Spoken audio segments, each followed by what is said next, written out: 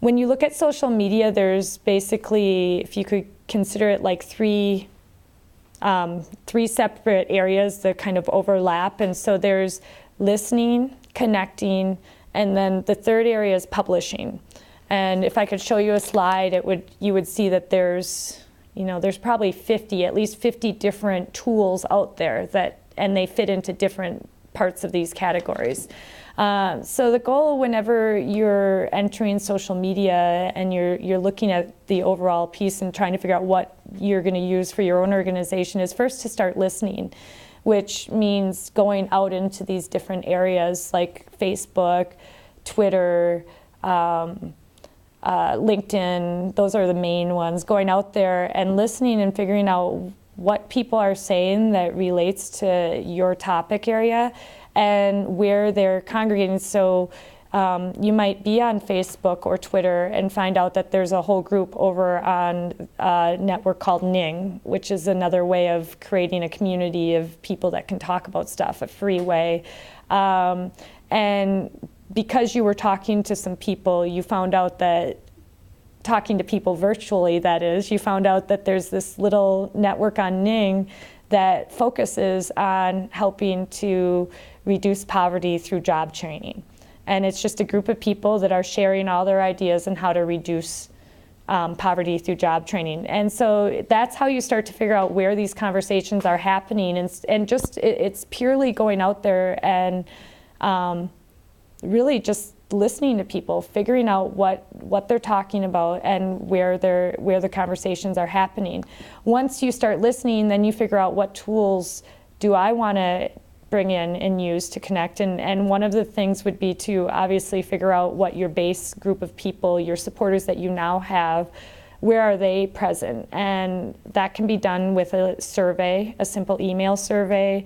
It could be done across sampling of people who donate to your organization. However you want to do it, figure out where that group is present. And so, for example, obviously Facebook.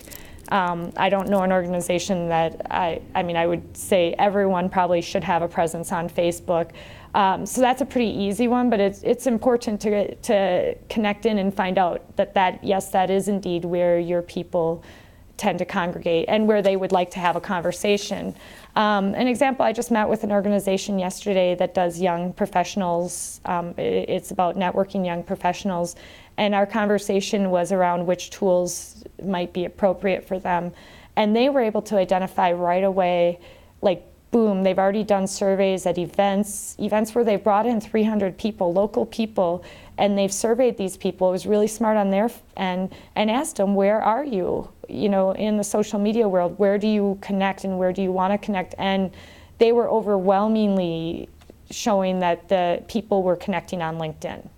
And so that was an obvious choice. So then the conversation went around, well, so what do you do on LinkedIn? The people sitting at the table were like, I get LinkedIn and I know all of our, this organization that I'm a member of, most of the people are on LinkedIn, but what's the value? How do you use it? And that's kind of the key, is then to start listening and talking to people who are there and figuring out how do you use LinkedIn to deliver a message, to get people to talk about what you're doing, to care about what you're doing, that kind of thing.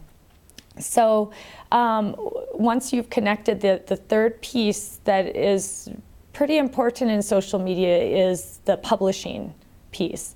And people tend to overlook that or not consider that to be part of social media. A lot of times you'll have that pulled into a separate category. So someone will say social media management and blog management.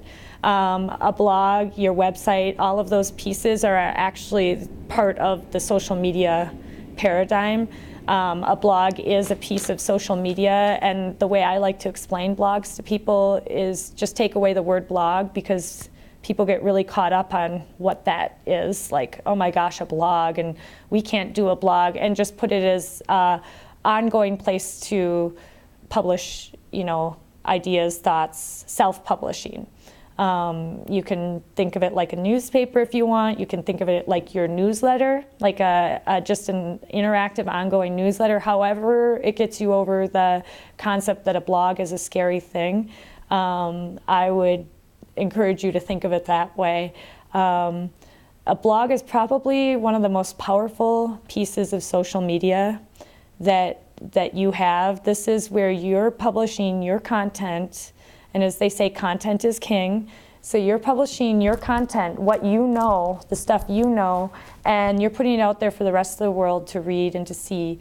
And when you go into Twitter or Facebook or LinkedIn or Ning or Bebo or any of these different areas, when you have your little profile, whether it's your organization or it's one of your employees in your organization or whatever, you have the option to put your website or to put a link to where people can find you.